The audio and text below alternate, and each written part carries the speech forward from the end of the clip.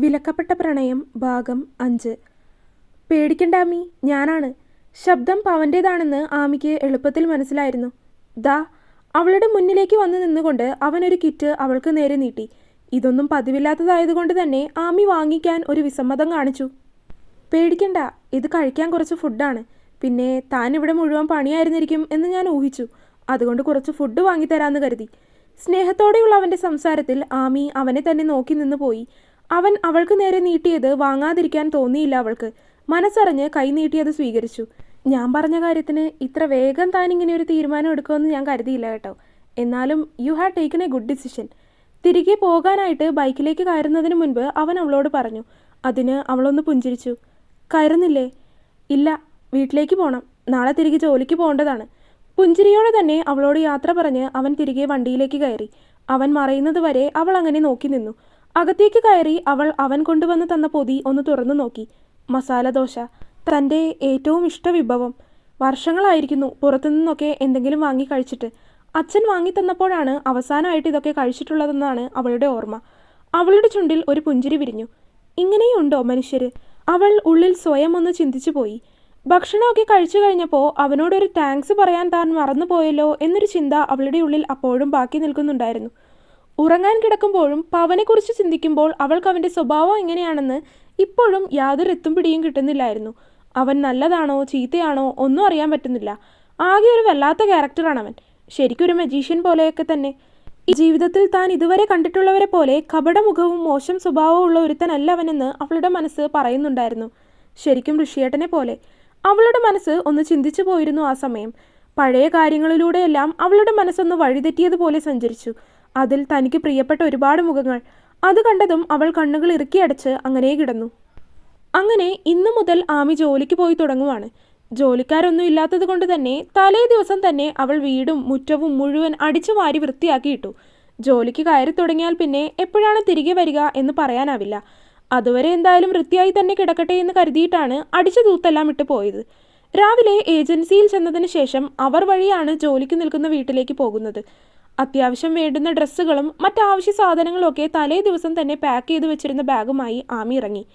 നഗരത്തിലുള്ള ഏജൻസിയിലേക്ക് ബസ്സിലാണ് പോയത്.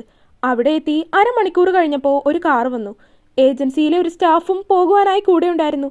അവിടെ നിന്ന് ഏകദേശം 1 മണിക്കൂറിൽ കൂടുതൽ യാത്രയുണ്ടെന്ന് പറഞ്ഞു. ഒരമ്മൂമ്മയെ നോക്കാനാണ് ഏൽപ്പിച്ചിരിക്കുന്നത്. നല്ല പ്രായമുള്ള ആളാണ്. പക്ഷേ എഴുന്നേറ്റ് നടക്കുന്നതിനോ ജോലി ചെയ്യുന്നതിനോ ഒന്നും ആൾക്ക് പ്രയാസമില്ല. പക്ഷേ ഭക്ഷണമൊക്കെ വെച്ചുണ്ടാക്കി കഴിക്കുന്നതിനൊക്കെ അല്പം ബുദ്ധിമുട്ടുണ്ട്. പിന്നെ അവർക്ക് കൂട്ടായിട്ടുള്ളതൊരു കൊച്ചുമകൻ മാത്രമാണ്. ആകെ ഉണ്ടായിരുന്ന മകൻ്റെ മകനാണത്.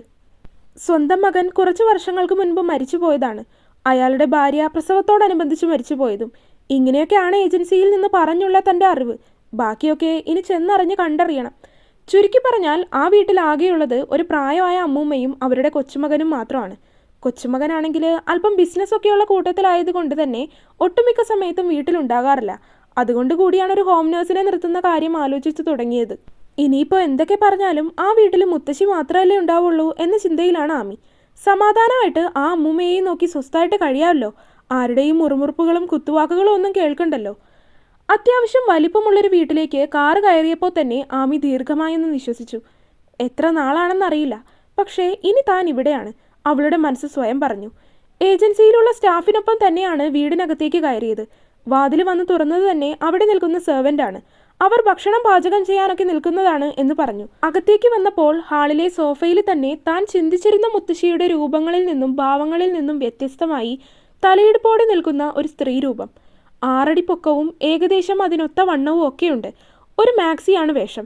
നീളത്തിലുള്ള കുരിശുമാലയും കൊന്തയും വലിയ കമ്മലുകളും കൈ നിറയെയുള്ള വളകളുമെല്ലാം അവരുടെ ആഡംബരത്തെ വിളിച്ചോതി കാണിക്കുന്നു. അത് കണ്ടപ്പോൾ തന്നെ ആമിക്കെന്തോ ഭയമാണ് തോന്നിയത്. ഒരു നിമിഷം അവൾ ഉമിനീരിറക്കിക്കൊണ്ട് സ്വന്തം ബാഗ് കെട്ടിപ്പിടിച്ച് അകത്തേക്ക് നടന്നു. മാഡം, ഇതാണ് ശിവാമി, ഹോം നേഴ്സായിട്ട് നിൽക്കാൻ അപ്പോയിൻ്റ് ചെയ്യാൻ. സെർവൻ്റാണ് അത് പറഞ്ഞത്. അവർ എഴുന്നേറ്റ് നിന്ന് തന്നെ ആമിയെ മുഴുവനായിട്ടൊന്ന് നോക്കി. അവരുടെ ആ നോട്ടം കണ്ടപ്പോൾ തന്നെ ആമിയും തന്നെ മുഴുവനായിട്ടൊന്ന് നോക്കി. ഒരു സാധാരണ ചുരിദാറാണ് വേഷം. ഇനി ഇത് ഇഷ്ടാവില്ലേ എന്നായിരുന്നു അവളുടെ ചിന്ത. ഒരു വേള അവൾ അങ്ങനെയും ചിന്തിച്ചു പോയി. 2-3 വർഷം മുന്നേ ഉള്ള ചുരിദാറാണ്. അല്പം നിറം പോയിട്ടുണ്ട്. എങ്കിലും കാണുമ്പോൾ ഭംഗിക്കുറവൊന്നുമില്ല. ഉള്ളതിൽ അല്പമെങ്കിലും ഭംഗിയുള്ളത് ഇതാണ്. ഇതൊന്നും കൂടുതലായിട്ട് ഉപയോഗിക്കാത്തത് കൊണ്ട് തന്നെ കളർ വലിയ രീതിയിൽ മങ്ങിപ്പോയിട്ടില്ല. അതുകൊണ്ടാണ് ഉള്ളതിൽ നല്ലതായിട്ടുള്ള ഇത് തന്നെ എടുത്തിട്ടുകൊണ്ട് വന്നത്. തന്നെ മുഴുവനായും നോക്കിയതിനു ശേഷം ആ മുത്തശ്ശി പറഞ്ഞു, ഈ കൊച്ചിനധികം പ്രായമില്ലല്ലോടോ. മുഖത്തിരിക്കുന്ന കണ്ണട ഒന്നുകൂടി ഉറപ്പിച്ചു വെച്ചുകൊണ്ട് അവർ അവളെ വീണ്ടും ഒന്ന് നോക്കി. പ്രായമില്ലെങ്കിലും കാര്യങ്ങളെല്ലാം നല്ല രീതിയിൽ ചെയ്യും മാഡം. ഏജൻസിയിൽ നിന്നുള്ള സ്റ്റാഫ് അവരോട് പറഞ്ഞു. അതിന് അത്ര താല്പര്യമൊന്നുമില്ല എന്ന രീതിയിൽ അവർ അവളെ ഒന്ന് നോക്കി മൂളുക മാത്രമാണ് ചെയ്തത്. മറുപടിയൊന്നും പറഞ്ഞില്ല. അവിടെ നിൽക്കുന്ന സെർവൻറ്റ് അവൾക്കുള്ള മുറി കാണിച്ചു കൊടുത്തു. ആകെ ഉണ്ടായിരുന്ന ചെറിയൊരു ബാഗ് അവൾ ആ മുറിയിൽ കൊണ്ടുപോയി വെച്ചു. തിരികെ ഡ്രസ്സെല്ലാം മാറിയതിനു ശേഷം ഹാളിലേക്ക് വന്ന് നോക്കുമ്പോൾ അവിടെ ആരുമില്ല. അടുക്കളയിൽ പാത്രങ്ങൾ അനങ്ങുന്ന ശബ്ദം കേട്ടതും അതാണ് അടുക്കള എന്ന് ഏകദേശം ഒരു ധാരണ കിട്ടി അവൾ അങ്ങോട്ട് നടന്നു. അവിടെ നേരത്തെ കണ്ട ചേച്ചി. അവൾ അങ്ങോട്ട് തന്നെ നടന്നു. മാഡം മുറിയിലുണ്ട്, മോളോട് അങ്ങോട്ട് ചെല്ലാൻ പറഞ്ഞിട്ടുണ്ട്. അവളെ കണ്ടയുടനെ ആ സ്ത്രീ അവളോട് പറഞ്ഞു. ആമി മുറി ഏതാണെന്നൊക്കെ അവരോട് ചോദിച്ച് മനസ്സിലാക്കി അങ്ങോട്ട് പോയി. അവൾക്ക് മനസ്സിൽ അല്പം പേടി തോന്നുന്നുണ്ടായിരുന്നു. കാരണം അവൾ ഉദ്ദേശിച്ചതുപോലെയൊന്നും അല്ല ആള്. അവൾ ഉദ്ദേശിച്ചിരുന്നത് നല്ല പ്രായമായിട്ടുള്ള ഒരു സ്ത്രീയൊക്കെ ആയിരുന്നെങ്കിലും ഇത് അത്യാവശ്യം ആരോഗ്യമൊക്കെ ഉള്ള ഒരാളാണ്. കാഴ്ചയിൽ അധികം പ്രായവും തോന്നുന്നില്ല. ചുരുക്കി പറഞ്ഞാൽ അവളുടെ പ്രതീക്ഷകൾക്ക് നേരെ വിപരീതമായിട്ടുള്ള രൂപമായിരുന്നു അവർക്ക്. മാഡം, മുറിയുടെ വാതിലിൽ ഒന്ന് കൊട്ടിക്കൊണ്ട് അവൾ വിളിച്ചു. അനുവാദം കിട്ടിയതും അവൾ അകത്തേക്ക് കയറി. എന്നതാ നിന്റെ പേര് കൊച്ചേ? അവൾ മുറിയുടെ അകത്തേക്ക് കയറിയപ്പോൾ തന്നെ കട്ടിലിൻ്റെ ഹെഡ് റെസ്റ്റിൽ ചാരിയിരുന്ന് ബുക്ക് വായിക്കുന്ന അമ്മുമ്മ അവളോട് ചോദിച്ചു. ശിവാമി. ഹോ, ഈ പേര് ഓർത്തിരിക്കാൻ ഇത്തിരി കഷ്ടമാണെന്നല്ലോ. അവരവളെ നോക്കി ചെറിയൊരു പുഞ്ചിരിയോടെ ചോദിച്ചു. മാഡം ആമിന്ന് വിളിച്ചോളൂ, എല്ലാവരും അങ്ങനെയാണ് വിളിക്കുക. അവരുടെ പുഞ്ചിരിയോടെയുള്ള സംസാരത്തിന് അവളും തിരികെ ചിരിച്ചുകൊണ്ട് തന്നെ മറുപടി കൊടുത്തു. നിന്റെ നാടെവിടെയാ കൊച്ചേ? വടക്കേക്കര. ദൂരം ഉണ്ടല്ലോ അപ്പോൾ. അവരുടെ ചോദ്യത്തിന് അവൾ തലയാട്ടി. വീട്ടിലാരൊക്കെ ഉണ്ട്? ആരുമില്ല. അതിന് ആ അമ്മുമ്മയൊന്ന് മൂളി. എത്ര വയസ്സായി കൊച്ചേ നിനക്ക്? 23. അതിനും അവരൊന്ന് മൂളി. ശേഷം തുടർന്നു. നിനക്ക് ഇവിടെ പ്രത്യേകിച്ച് ജോലിയൊന്നും ഇല്ല ഇവിടെ. എനിക്ക് ഈയിടെയായിട്ട് മരുന്ന് കഴിക്കുമ്പോൾ ഒക്കെ ഒരു മറവി. പിന്നെ എൻ്റെ ഫുഡ് കറക്റ്റ് ഫുഡ് ചാർട്ട് നോക്കി എടുത്തുകൊണ്ട് തരണം. ഇത്ര മാത്രമാണ് നിൻ്റെ ജോലി. ബാക്കിയൊക്കെ ചെയ്യാൻ ഇവിടെ സെർവൻസ് ഉണ്ട്. ഭക്ഷണമൊന്നും ഉണ്ടാക്കേണ്ട ആവശ്യമില്ല. ആമി അവർ പറയുന്നതെല്ലാം തലയാട്ടി കേട്ടു. പിന്നെ നിനക്കുള്ള സാലറി എല്ലാ മാസവും അക്കൗണ്ടിൽ ക്രെഡിറ്റ് ആവും. നിനക്ക് ഇഷ്ടമുള്ളതൊക്കെ ചെയ്യാൻ എവിടെ വേണമെങ്കിലും പോവാം. പക്ഷേ എന്നോട് ചോദിച്ചിട്ട് വേണമെന്ന് മാത്രം. അതിനും അവൾ തലയാട്ടി. അവൾക്ക് പിന്നെ അതൊന്നും കൂടുതൽ ആലോചിക്കാനുണ്ടായില്ല. എന്തും ചെയ്യാൻ തയ്യാറായിട്ടാണ് വന്നിരിക്കുന്നത്. കാരണം ഈ ഒരു ജോലി എന്ന് പറയുന്നത് അവൾക്ക് അത്രയും അത്യാവശ്യമാണ്. മനസ്സാകെ ഒന്ന് ശാന്തമാകണമെങ്കിൽ അവിടെ നിന്നൊന്ന് മാറി നിൽക്കണം. അതുകൊണ്ട് കൂടിയാണ്. എല്ലാം സമ്മതിച്ചു കഴിഞ്ഞ് ആമിക്ക് അവർ മെഡിസിനൊക്കെ കൃത്യമായിട്ട് കാണിച്ചു കൊടുത്തു. എല്ലാം നോക്കി വെച്ചു ആമി. അവൾക്കവിടെ ചെയ്യാൻ വേണ്ടിയിട്ട് ഭാരിച്ച രീതിയിലുള്ള ജോലി എന്ന് പറയാനൊന്നും ഇല്ലായിരുന്നു. മരുന്നെടുത്തു കൊടുക്കണം, ഭക്ഷണം എടുത്തു കൊടുക്കണം, അത്രമാത്രം. അതിനു വേണ്ടി മാത്രം ഒരു ഹോം നേഴ്സ്. പണം ഉണ്ടെങ്കിൽ പിന്നെ എന്തോ ആവാമല്ലോ. അവളുടെ മനസ്സ് അങ്ങനെ ചിന്തിച്ചു. അന്നങ്ങനെ പെറുക്കി ഓരോന്നൊക്കെ ചെയ്ത് ആ ദിവസം തള്ളി നീക്കി. നാളെ ഇനി വീടും പരിസരവും ഒക്കെ വിശദമായി കാണിച്ചു കൊടുക്കാമെന്ന് മാഡം പറഞ്ഞിട്ടുണ്ട്. അപ്പോൾ രാവിലെ തന്നെ മരുന്ന് കഴിച്ചു കഴിഞ്ഞ് പോകാമെന്നാണ് പറഞ്ഞിരിക്കുന്നത്. രാവിലെ തന്നെ എഴുന്നേൽക്കണം എന്നൊക്കെ പറഞ്ഞപ്പോൾ രാവിലെ തന്നെ എഴുന്നേറ്റ് പോകാൻ ഇത് ശബരിമലയാണോ എന്നൊക്കെ ചിന്തിച്ചാണ് ആമി ഉറങ്ങാൻ കിടന്നത്. 6 മണിക്ക് തന്നെ അലാറം വെച്ച് എഴുന്നേറ്റു. 7 മണിക്ക് മുറിയിലുണ്ടാവണമെന്ന് അമ്മൂമ്മ പറഞ്ഞിട്ടുണ്ട്. അങ്ങനെ കൃത്യം അതേ സമയം അങ്ങോട്ടെത്തി. മരുന്നൊക്കെ കഴിച്ച് ഒരു ചായയൊക്കെ കുടിച്ചു കഴിഞ്ഞതിന് ശേഷമാണ് പുറത്തേക്ക് ഇറങ്ങിയത്. മുന്നിൽ തന്നെ ഒരു ചെറിയ ഗാർഡനൊക്കെ ഉണ്ട്. ആമിയും അമ്മുമ്മയും മാത്രമാണുള്ളത്. ഓരോ ചെടികളും കാണിച്ച് അതിൻ്റെ പ്രത്യേകതകളും ഉപയോഗങ്ങളും ഒക്കെ അവർ അവൾക്ക് പറഞ്ഞു കൊടുത്തു. പുതിയ അറിവുകളൊക്കെ അവൾ ശ്രദ്ധയോടെ കേട്ട് നടന്നു. ഗാർഡൻ, ഒരു കാർ പോർച്ച്, അത് രണ്ടുമാണ് മുന്നിലുള്ളത്. അങ്ങനെ അതൊക്കെ കണ്ടു കഴിഞ്ഞ് നേരെ വീടിൻ്റെ പിന്നിലേക്കാണ് പോയത്. വീടിന് പിന്നിലെ ചായ്പ് കഴിഞ്ഞ് അതിന് പിന്നിലേക്ക് എത്തിയതും ആമിയുടെ വാ പൊളിഞ്ഞു പോയി. ഇതെന്താ ശബരിമലയാണോ? മുകളിലേക്ക് കിടക്കുന്ന വഴിയിൽ കണ്ണെത്താ ദൂരം വരെ നോക്കി അവൾ നെടുവീർപ്പിട്ടുകൊണ്ട് ചോദിച്ചു. ആത്മഗതമാണെങ്കിലും പറഞ്ഞപ്പോൾ അല്പം ശബ്ദം കൂടിപ്പോയിരുന്നു. കൊച്ചെന്നതേലും പറഞ്ഞോ? ഇല്ല മാഡം. നീ എന്നെ മാഡം എന്നൊന്നും വിളിക്കണ്ട. എനിക്കത് കേട്ടിട്ടൊരു സുഖമില്ല. അവളുടെ വിളി കേട്ടതും മുഖം ചുളിച്ചുകൊണ്ട് അമ്മുമ്മ അവളോട് പറഞ്ഞു. പിന്നെ ഞാൻ മാഡത്തിനെ എന്താ വിളിക്കുക? സംശയത്തോടെയുള്ള അവളുടെ ചോദ്യം. നീ വല്ല മുത്തശ്ശിന്നോ അമ്മൂമ്മയെന്നോ അല്ലെങ്കിൽ എൻ്റെ കൊച്ചുമ്മ വിളിക്കുന്നത് പോലെ അമ്മാമ്മ എന്നോ വിളിച്ചോ? നിറഞ്ഞ പുഞ്ചിരിയോടെയുള്ള അവരുടെ സംസാരത്തിൽ അവരെ തന്നെ നോക്കി നിന്ന് പോയി ആമി. അവരുടെ ചിരി, സംസാരം, നടത്തം ഒക്കെ നല്ല ഭംഗിയുണ്ടായിരുന്നു. അതിനേക്കാളുപരി അവരുടെ തന്നോടുള്ള പെരുമാറ്റവും അവൾക്ക് നല്ല കംഫർട്ട് തോന്നിക്കുന്നുണ്ടായിരുന്നു. പ്രായത്തിൻ്റെതായ ബുദ്ധിമുട്ടുകളുണ്ടെങ്കിലും അതൊന്നും തന്നെ ബാധിക്കുന്നതല്ല എന്ന രീതിയിലാണ് നടക്കുന്നത്. ആമി അങ്ങനെ നിൽക്കുമ്പോൾ മുകളിലേക്കുള്ള വഴി കയറി തുടങ്ങിയിരുന്നു അമ്മുമ്മ. മാഡം, ഷോ മുത്തശ്ശി, വീണ്ടും അങ്ങനെ വിളിച്ച് തിരുത്തി പറഞ്ഞു അവൾ. മുത്തശ്ശി എന്താണെന്ന രീതിയിൽ അവളെ തിരിഞ്ഞു നോക്കി. ഇതുവഴി ഇനി എങ്ങോട്ടാ എത്തുക? നീ വാ, ഇതൊക്കെ ഇവിടത്തെ തന്നെയാണ്. ചെറിയ മഞ്ഞൊക്കെയുണ്ട്. ഒരു ചെറിയ മല പോലെയുണ്ട് അത് കാണാൻ. മലയാണോ മുത്തശ്ശി ഇത്? കൗതുകം അടക്കാനാവാതെ അവൾ വീണ്ടും ചോദിച്ചു. മുത്തശ്ശി അവളുടെ വാ അടക്കാൻ എന്ന രീതിയിൽ അവളെ ഒന്ന് ഗൗരവത്തിൽ നോക്കി. അതോടെ ആമി പിന്നെ ഒന്നും ചോദിക്കാതെ വാ അടച്ചു. മുന്നിലേക്ക് വീണ്ടും നടക്കും തോറും മഞ്ഞും തണുപ്പും ഒക്കെ കൂടിക്കൂടി വരുന്നുണ്ടായിരുന്നു. ഇതേതാണ് സ്ഥലമെന്ന് താൻ അവരോട് ചോദിച്ചില്ലല്ലോ. മലയും തണുപ്പും ഒക്കെ കിട്ടിത്തുടങ്ങിയപ്പോഴാണ് ഇതെവിടെയാണെന്നൊരു ചിന്ത ആമിയിലുണ്ടായത്. കാരണം താൻ ഏജൻസിയിലുള്ളവരോട് കൃത്യമായിട്ട് ഈ ഒരു സ്ഥലം ഏതാണ് എന്ന കാര്യം ചോദിച്ചറിഞ്ഞിട്ടില്ല. മാത്രമല്ല ഇതേതാണ് ജില്ല എന്ന് പോലും അറിയില്ല. മുത്തശ്ശി, ഇതേതാ സ്ഥലം? അവളിലും മുന്നേ നടന്നു പോകുന്ന മുത്തശ്ശിയുടെ അടുത്തേക്ക് അല്പം വേഗത്തിൽ നടന്ന് ഒരുമിച്ചെത്തിക്കൊണ്ട് ആമി ചോദിച്ചു. ആഹാ, നീ കൊള്ളാലോ. സ്ഥലം അറിയാതെയാണോ ജോലിക്ക് വന്നിരിക്കുന്നത്? അത് ചോദിച്ചതും ആമി തല താഴ്ത്തി. സ്ഥലത്തിൻ്റെ പേരൊക്കെ ഏജൻസിയിൽ നിന്നുള്ളവർ പറഞ്ഞതാണ്. പക്ഷേ താനത് മറന്നുപോയിരിക്കുന്നു. ഞാൻ മറന്നുപോയി. അവളുടെ ശബ്ദം പതിഞ്ഞു പോയി. ഇത് കീരിപ്പാറ. കീരിപ്പാറ അതെവിടെയാണ് വരുന്നത്? ഇടുക്കിയിൽ. ഇത് ഇടുക്കിയാണ് എൻ്റെ കൊച്ചേ. മുത്തശ്ശി അവളോട് ഗൗരവത്തിൽ പറഞ്ഞു.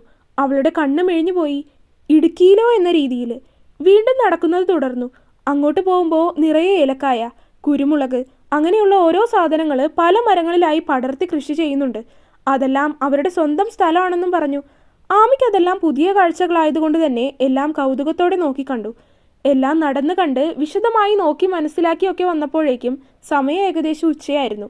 അങ്ങനെ മുത്തശ്ശിയെ പരിചരിച്ച് അന്നത്തെ ദിവസവും പോയി. ഷുഗർ, പ്രഷർ അങ്ങനെയുള്ള അസുഖങ്ങളൊന്നും ആൾക്കില്ല. പക്ഷേ ഹാർട്ട് പേഷ്യൻ്റ് ആണ്. അതിൻ്റെ മരുന്നുകളൊക്കെയാണ് കഴിക്കുന്നത്. പുറത്തെ പണികൾക്കും തോട്ടം നോക്കാനും മറ്റുമായി ഒരുപാട് ജോലിക്കാർ അവിടെ തന്നെയുണ്ട്. കുറച്ച് ദിവസങ്ങൾ കൊണ്ട് തന്നെ അതിലൊരാളായി ആമിയും മാറിയിട്ടുണ്ടായിരുന്നു. എല്ലാവരോടും ചിരിച്ചു കളിച്ച് സംസാരിച്ചും സ്നേഹത്തോടെ പെരുമാറിയും ഒക്കെ അവൾ എല്ലാവർക്കും പ്രിയപ്പെട്ടതായി മാറിയിരുന്നു. മുത്തശ്ശിക്കും അങ്ങനെ തന്നെയാണ്. അങ്ങനെ ആമി അവിടെ നിൽക്കാൻ തുടങ്ങിയിട്ട് 1 മാസം കഴിഞ്ഞു. ഒരു ദിവസം പോയി വീടൊക്കെ വൃത്തിയാക്കിയിട്ട് വരണമെന്ന് അവൾ ചിന്തിച്ചിരുന്നു.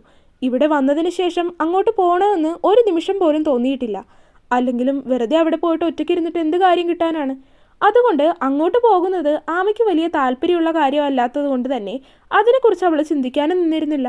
പക്ഷേ 1 മാസത്തിലധികം ആകുമ്പോൾ അവിടെ ഇനി എന്തൊക്കെയാവും സംഭവിച്ചിട്ടുണ്ടാവുക എന്നൊരു ചിന്ത വന്നപ്പോഴാണ് അങ്ങോട്ട് പോകാമെന്ന് തീരുമാനിച്ചത്. ഈ 1 മാസം കൊണ്ട് തന്നെ ആമി മുത്തശ്ശിയും അവിടെയുള്ള ബാക്കിയുള്ള എല്ലാവരുമായി നല്ലൊരു ബന്ധം സ്ഥാപിച്ചിരുന്നു. കുറച്ചു നേരമെങ്കിലും കാണാതെ ആയാൽ മുത്തശ്ശി അവളെ അപ്പോൾ തന്നെ വിളിക്കും. ഒരു ജോലിക്കാരി എന്നതിലുപരി സ്വന്തം കൊച്ചുമകളെ പോലെയാണ് ആമി അവർക്ക്. അങ്ങനെ 1 മാസത്തിന് ശേഷം ഇന്നാണ് ആമി തിരികെ വീട്ടിലേക്ക് പോകുന്നത്. വന്നു നിന്നതിന് ശേഷം ഇതുവരെ അവളങ്ങനെ പോയിട്ടില്ല. അതുകൊണ്ട് തന്നെ മുത്തശ്ശിക്ക് അതിൽ ചെറിയൊരു വിഷമമുണ്ട്. ബസ്സിൽ അങ്ങനെ യാത്ര ചെയ്യുമ്പോൾ തനിക്ക് പ്രിയപ്പെട്ടവരുടെ അരികിൽ നിന്ന് പോകുന്നതിലുള്ള വിഷമം അവൾക്കുണ്ടായിരുന്നു. കുറച്ച് ദിവസങ്ങളെ അവരുടെ കൂടെ ആയിട്ടുള്ളൂ എങ്കിലും വല്ലാത്തൊരു ആത്മബന്ധം അവൾക്ക് അവരോടൊക്കെ തോന്നുന്നുണ്ടായിരുന്നു. അങ്ങനെ 1 മാസത്തിന് ശേഷം അവൾ തിരികെ വീട്ടിലേക്കെത്തി. ഗേറ്റ് മുതൽ പൂട്ടിയിട്ട് തന്നെയാണ് പോയത്. തുറന്നകത്ത് കയറിയപ്പോൾ മുഴുവൻ കരിയില വീണ് കിടക്കുകയാണ്. അകത്തേക്ക് കയറി നോക്കുമ്പോൾ അവിടെയൊന്നും കുഴപ്പമില്ല. എങ്ങനെയാണോ ഇട്ടിട്ട് പോയത് അതുപോലെ തന്നെ കിടക്കുന്നുണ്ട്. അവിടെ ഇവിടെയായിട്ട് ഉപയോഗിക്കാതിരിക്കുന്നത് കൊണ്ട് അല്പം മാറാലയും പൊടിയും ഒക്കെ പിടിച്ചിട്ടുണ്ട്. ഓരോ അരികിൽ നിന്ന് അവയെല്ലാം വൃത്തിയാക്കി തുടങ്ങി ആമി. എത്രയൊക്കെ പറഞ്ഞാലും ഒരു വീട് ഇങ്ങനെ കിടന്ന് നശിപ്പിച്ച് കളയുന്നത് ശരിയല്ല. ഒരു വീട് ഇതുപോലെ നശിപ്പിച്ച് കളഞ്ഞുകൊണ്ടിരിക്കുകയാണ് താനിപ്പോൾ. ഇനി ഈ വീട് കൂടി അങ്ങനെ നശിപ്പിച്ച് കളയണ്ടല്ലോ എന്ന് കരുതി പോകുന്നതിന് മുന്നേ ആയിട്ട് ആരോടെങ്കിലും ആഴ്ചയിൽ 1-2 ദിവസമെങ്കിലും വന്നൊന്ന് ക്ലീൻ ചെയ്തിടണമെന്ന് പറഞ്ഞേൽപ്പിക്കാമെന്ന് കരുതി ആമി. ഇളയമ്മയൊക്കെ നല്ലവരായിരുന്നെങ്കിൽ അവരെ ഏൽപ്പിച്ചിട്ട് പോകാമായിരുന്നു. ഇതിപ്പോൾ അതും പറ്റില്ലല്ലോ. ശനിയും ഞായറും ഇവിടെ നിന്നതിന് ശേഷം തിങ്കളാഴ്ച രാവിലെ തിരിച്ചങ്ങോട്ട് പോകാമെന്നാണ് ആമി തീരുമാനിച്ചിരിക്കുന്നത്. അങ്ങനെ ശനിയാഴ്ച കൊണ്ട് ജോലികളെല്ലാം തീർന്നിരിക്കുകയാണ് ആമി. അപ്പോഴാണ് അങ്ങോട്ടൊന്ന് വിളിച്ചു നോക്കാമെന്ന് കരുതിയത്. ഫോണെടുത്ത് അങ്ങോട്ട് വിളിക്കാനൊരുങ്ങുമ്പോഴാണ് അവിടെ നിന്ന് ഇങ്ങോട്ട് വിളിക്കുന്നത്.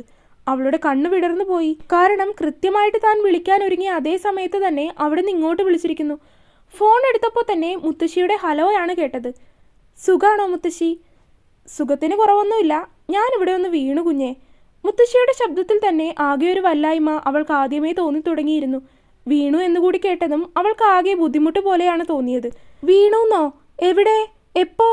ആമിയുടെ ശബ്ദത്തിൽ നിമിഷ നേരം കൊണ്ട് ആകുലത നിറഞ്ഞു. കാരണം താൻ അവിടെ നിന്ന് പോരുന്നത് വരെ ഒരു കുഴപ്പമില്ലാതിരുന്ന ആളാണ്. എന്നിട്ടിപ്പോൾ വിളിച്ചു പറയുന്നു വീണുന്ന്. ഇപ്പോൾ കുഴപ്പമൊന്നുമില്ല. വാതിൽപ്പടിയിലൊന്ന് തട്ടി വീണുപോയി. മുട്ടുകാലിന് ചെറിയൊരു ഫ്രാക്ചറുണ്ട്. ഇപ്പോൾ പ്ലാസ്റ്റർ ഇട്ടിരിക്കുവാണ്. മുത്തശ്ശി ഒരു മയത്തിലെന്ന പോലെ അവളോട് പറഞ്ഞു. ചിരിയോടെയാണ് മുത്തശ്ശി പറയുന്നതെങ്കിലും അതിൻ്റെ വിങ്ങൽ ആമിയുടെ മനസ്സിലുണ്ടായിരുന്നു. എല്ലാം പറഞ്ഞു കഴിഞ്ഞ് ഫോൺ വെച്ചപ്പോൾ ഇപ്പോൾ തന്നെ അങ്ങോട്ട് തിരിച്ചു പോകണമെന്ന തീരുമാനം ആമി എടുത്തു കഴിഞ്ഞിരുന്നു. തിരികെ ഏറ്റവും അടുത്ത് കിട്ടാവുന്ന ബസ്സിൽ തന്നെ കയറി ആമി. പോരുന്നതിന് മുന്നേ തന്നെ അവിടെയെല്ലാം വൃത്തിയാക്കിയിടാൻ ഒരു സ്ത്രീയെ ഏൽപ്പിക്കാനും ആമി മറന്നില്ല. തുടരും.